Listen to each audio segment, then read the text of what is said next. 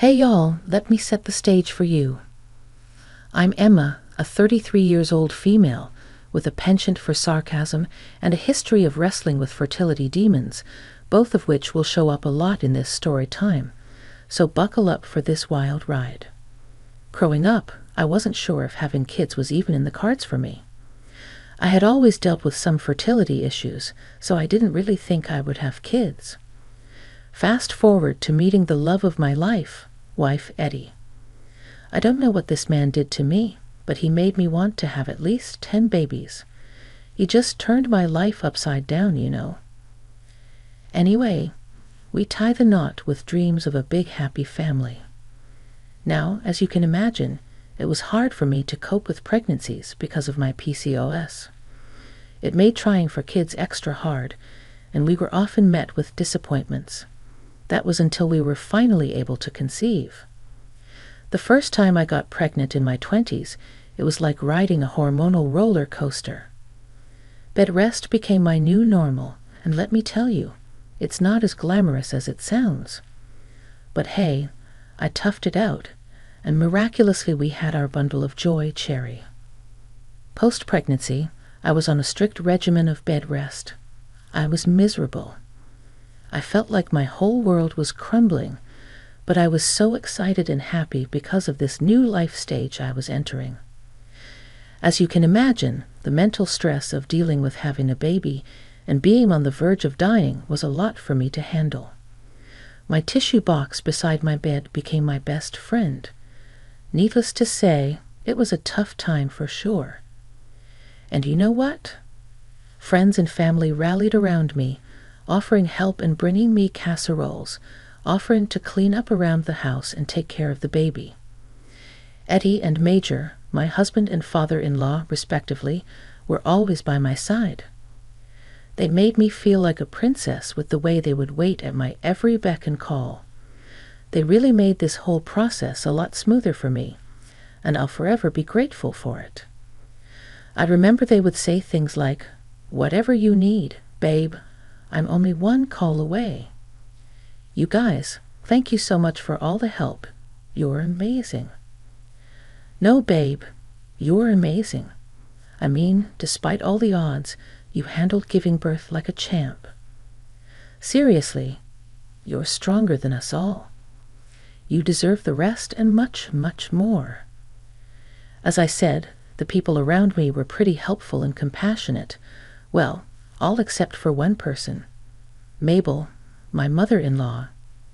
Now, I'm not saying she should have baked me cookies or anything, but a little sympathy wouldn't have hurt. Mabel made it a point to avoid visiting me, which left me confused because we had a pretty decent relationship.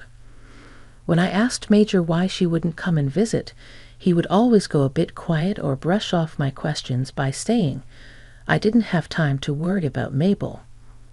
I always thought it was strange. Why would Major not want to talk about Mabel and her presence or the lack thereof? That was until I got my questions answered when Mabel finally decided to grace me with her presence. Let's just say it was more of a storm than a helping hand. Complaints about this and that, nagging that could rival a drill sergeant, you name it. Picture this. There I am, trying to heal and navigate the delicate dance of motherhood, and in walks Mabel, the queen of negativity. Instead of a supportive shoulder, I got a barrage of critiques. It felt like I was in a sitcom, but trust me, there was nothing funny about it. Now, Emma, you're still in bed. Why are you being so lazy? You're a mother now. You have to get up and take care of the house and child. I've been prescribed tons of bed rests from the doctors because I had a high-risk pregnancy. It was all very complicated, Mabel, you know this. That's baloney. They're lying to you because they want you to get even more sick so you can come back, and then they charge you thousands of dollars worth of medication. What you need is to get up and work. I appreciate the concern, Mabel, but I know what's best for my body, and right now, that's to rest. Whatever, just don't come crawling to me when that's all you'll be able to do. Crawl because you're being such a lazy bum. Her negativity started reaching new heights, like she was auditioning for a role as the evil stepmother in a soap opera. I decided enough was enough. My mental health was non-negotiable. So I sat down with Eddie and told him about how Mabel's comments were affecting me. He would normally be at work when Mabel would come, so he never really witnessed her BS for himself. He was a good guy, my Eddie. He promised to have a chat with his mom, tell her to tone it down, and create a peaceful coexistence in our little family bubble. Now, here's where things just got messier. Eddie had the talk with Mabel, and instead of a ceasefire, Mabel, offended and proud, decided to play the martyr card. Apparently, she said, "If my presence isn't wanted, I just won't bother coming around anymore." Wasn't I meant to be the dramatic one considering I just had a baby? Cue the eye rolls. Nobody said her presence wasn't wanted. We just wanted a sprinkle of positivity, not a hurricane of complaints. But hey, who was I to argue with the queen of misconstrued drama? And then there was Major, my father-in-law, who was missing in action during these family skirmishes. His work schedule was busier than a beehive in summer, and when he did have a moment to breathe, Mabel shot down any suggestion of a joint visit to see their grandchild. It was like a twisted game of emotional chess, and baby Cherry got stuck with only one grandparent at a time. Don't get me wrong, she was so privileged to have both her grandparents, because I know not many people have that opportunity. But come on, dude.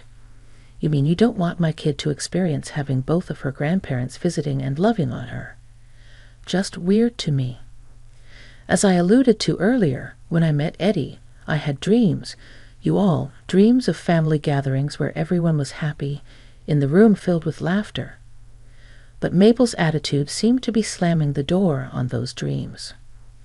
Now I was left watching Cherry grow up with an unbalanced relationship with her grandparents, and it stung. I wanted Cherry to experience the love and chaos of both grandparents at the same time, not awkwardly scheduled solo visits. It was like building a puzzle with missing pieces, and it broke my heart. Years had gone by at this point. Life had practically turned back to normal, with Cherry now a sassy 8-year-old and family dynamics settling into something more normal. Surprisingly, Mabel and Major started making more frequent visits, and a strange thing happened. The older Cherry got, the less hostile and downright, excuse my French, Mabel became towards me. It was like a switch had been flipped, and suddenly we were on speaking terms without an underlying tension that could cut through steel. I was happy, don't get me wrong, but I was wondering why she had the change of heart all of a sudden. I chalked up that rough patch in our relationship to some form of postpartum frustration rubbing off on my mother-in-law. I know it sounds crazy, but I had stumbled upon some articles about husbands experiencing postpartum symptoms whenever their wives had given birth, so I assumed other family members might feel it too. Call it empathy or cosmic alignment, but it seemed like Cherry growing up was the magic cure for Mabel's attitude. Fast forward to my 33rd birthday, the day that threw me the biggest curveball of my life. Guess what? I was pregnant. Now, here's the kicker. Eddie and I, after navigating the minefield of my first pregnancy, had decided that we'd look into adoption for any future additions to the family.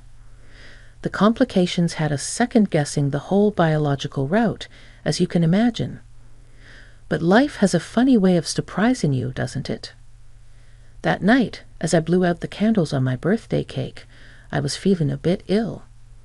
So after everyone had left, I decided to take a pregnancy test just to be sure. And wouldn't you know it, the darn thing said positive. Now, as excited as I was about expanding our family, fear gripped me. Another potentially high-risk pregnancy, the memories of bed rest, complications, and the emotional roller coaster flooded back. I broke down to Eddie, pouring out my anxieties and worries. Parenthood 2.0 was on the horizon, and this time the stakes felt higher than ever. I told him, "Babe, "Babe, please stop crying," he said, trying to comfort me. "I don't know what we're going to do. It's not like I don't want this pregnancy, but you're scared of something wrong happening, right?" "I'm scared too, Emma," he admitted. "It was a lot to handle last time, but you handled it like a champ," Eddie reassured me. "I just don't want anything to go wrong with me or the baby, especially the baby." "And nothing will go wrong, babe. I promise," he said. "We got to have faith. Clearly, God wants us to have another kid, so let's have another kid." So there I was, all knocked up with a surprise pregnancy, and Eddie, my rock, convinced me that we should face this head-on together. He promised to be with me every step of the way, and damn if that man didn't know how to make a lady feel loved. About a month or so later, we decided it was time to spill the beans to our families. The excitement in the air was palpable, and everyone was over the moon for us, except, you guessed it, Mabel. She was in the corner, scowling like someone stole her last piece of pie. And when it was time for congratulations, she was as silent as a mime. Now, at that point, I was no stranger to Mabel's mood swings, but this was a whole new level of icy indifference. I could practically feel the chill coming off her. But you know what? I had bigger fish to fry. This mama-to-be wasn't going to let Mabel's bipolar nature stress me out. I had a baby to grow and a family to build, and I wasn't about to let anyone rain on my parade. The rest of the months passed by fairly smoothly, and I couldn't help but feel like this pregnancy was a walk in the park compared to the last one. Maybe it was the experience. Maybe it was the fact that Eddie and I were better equipped to handle the ups and downs, or maybe the universe decided to cut us some slack. Whatever it was, I was grateful. Sure, Mabel's storm clouds lingered in the background, but Eddie and I were too busy preparing for our growing family to let it dampen our spirits. Like I said earlier, this pregnancy wasn't anywhere near as complicated as my first, so you can imagine my surprise when my water broke 1 week earlier than what was scheduled. Naturally, panic ensued, both for me and Eddie, because, we weren't exactly prepared for an early entrance. Throughout the pregnancy, Eddie and I decided to go a bit unconventional. I thought, hey, let's get a doula and a wet nurse, and why not try for a home birth? Now, Eddie was, of course, skeptical, and who could blame him, given my track record with complicated pregnancies? He was rightfully concerned, but being the persuasive woman that I am, I managed to convince him that everything would be just fine, and that we could go straight to the hospital if need be. Fast forward to the big night, and wouldn't you know it, ambulances are taking their sweet time due to some road construction nonsense mess. It's like the universe decided to throw us one last curveball, adding to the drama and the panic. Thankfully, my doula was living in the neighborhood, practically living next door, and she swooped in to save the day. In the comfort of our home, amidst the chaos and panic, my doula delivered the baby. It was a scary experience, but luckily, the little one didn't have any major complications. Finally, when the ambulance crew waltzed in fashionably late, they whisked both me and the baby off to the hospital to make sure everything was in good shape. Thankfully, no complications with the little one, but as for me, well, the hospital wanted to run some extra tests, just to be sure, because I was complaining about a lot of pain. Eddie, being the trooper that he was, stuck by our sides throughout the night, making sure we were all taken care of, refusing to sit down even for a second before he knew that we were both in good hands. Bless that man's heart.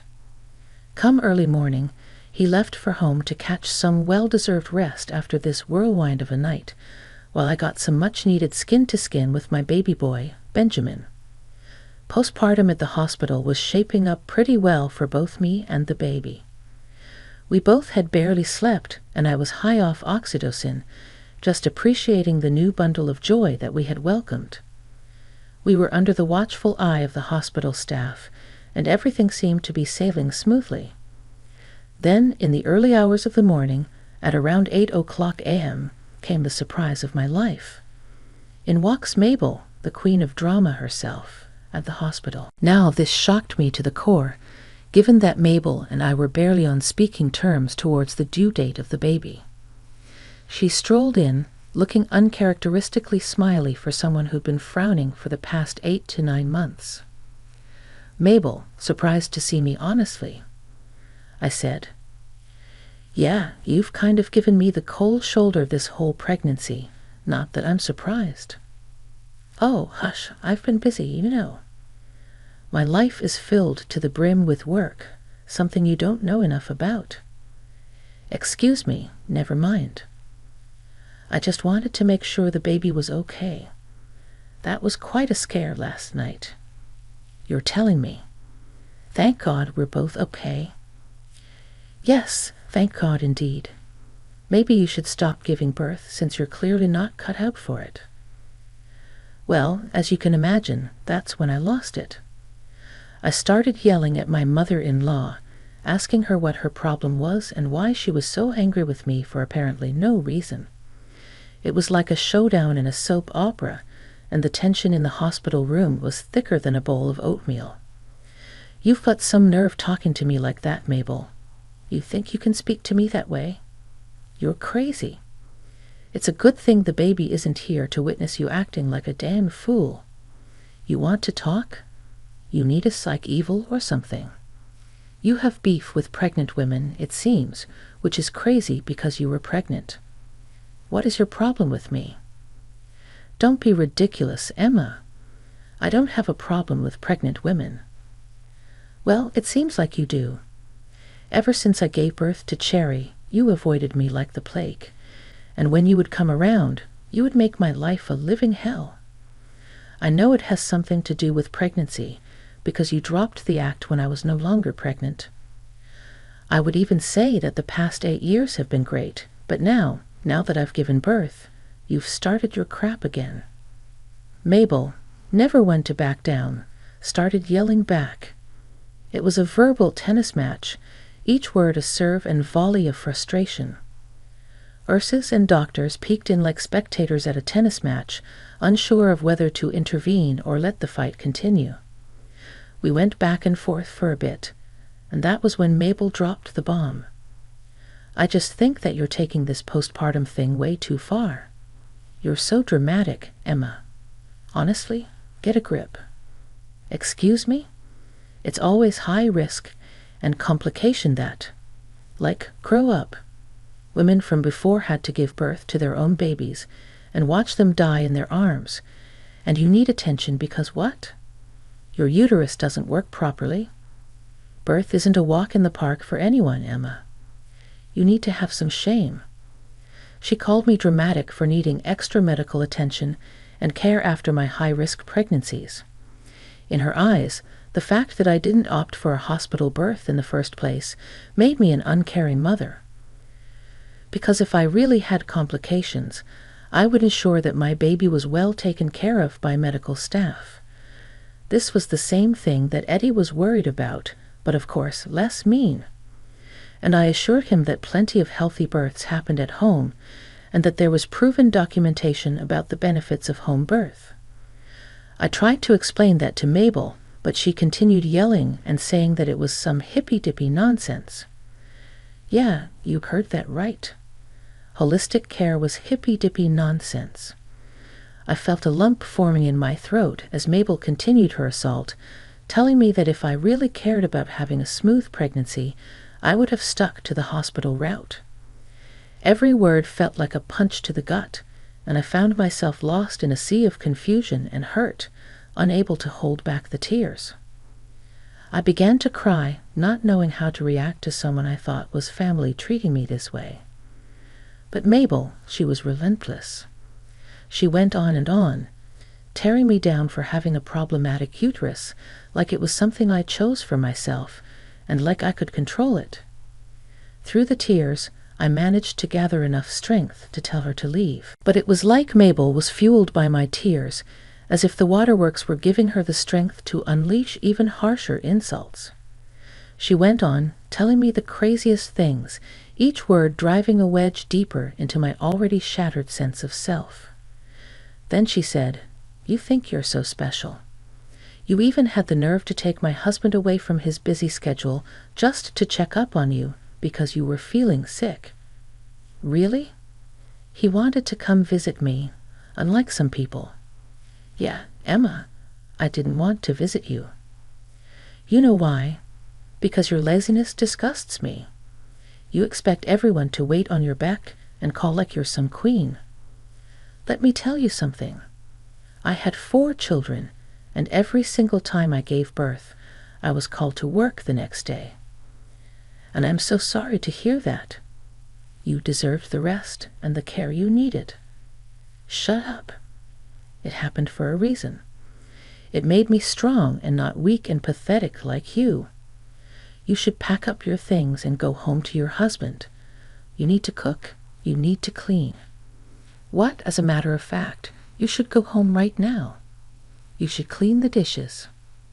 Are you crazy? According to Mabel, she had gone to my home before coming to the hospital to ask about the progress of the baby, and she found the place in a mess, with a pile of dishes in the sink. Seriously, she was going to give me crap for dishes when I literally had my water break the night before. But for some reason, she couldn't comprehend that. I tried to explain I can't just walk back home, but she's in full-on shout mode. It's like a tornado of accusations and chaos, and I'm stuck in the middle of it. Just when I thought this night couldn't get any crazier, Major's voice cuts through the chaos from behind us. Got you. Suddenly, Mabel started trembling like a leaf in the storm. I'm looking at Major like he's my knight in shining armor, riding in to rescue me from this crazy situation. Turns out Major had overheard the whole thing and decided to play detective. He knew Mabel's antics were out of control, and he'd had enough. The "got you" was his way of exposing her for being so awful. What are you doing here? I could ask you the same. I was just telling Emma. Save it. I heard the whole thing. How could you speak to her this way? I knew you had your issues, but I didn't know you could be so vile. And that thing about you working while juggling 4 kids? Why did you lie? You know you had the support from your mom and sister during that time. Why are you trying to make Emma feel bad? She just gave birth. Mabel, caught in the act, was shaking like a leaf as Major laid down the law. He wasn't buying any of her explanations, calling her out for the evil she was trying to put me through. The Major didn't mince words. He straight up told Mabel that he thought it would be best for her to spend the night in a hotel instead of at home because he was utterly disgusted with her behavior. It was like a courtroom drama, and Mabel was left broken and on the verge of a mental breakdown. I don't know why she looked so distraught, as if getting caught was the last thing she wanted. There she was, like a deer in the headlights, caught being absolutely evil towards me for no reason. She left, tail between her legs, and I turned to Major and asked him what the heck just happened.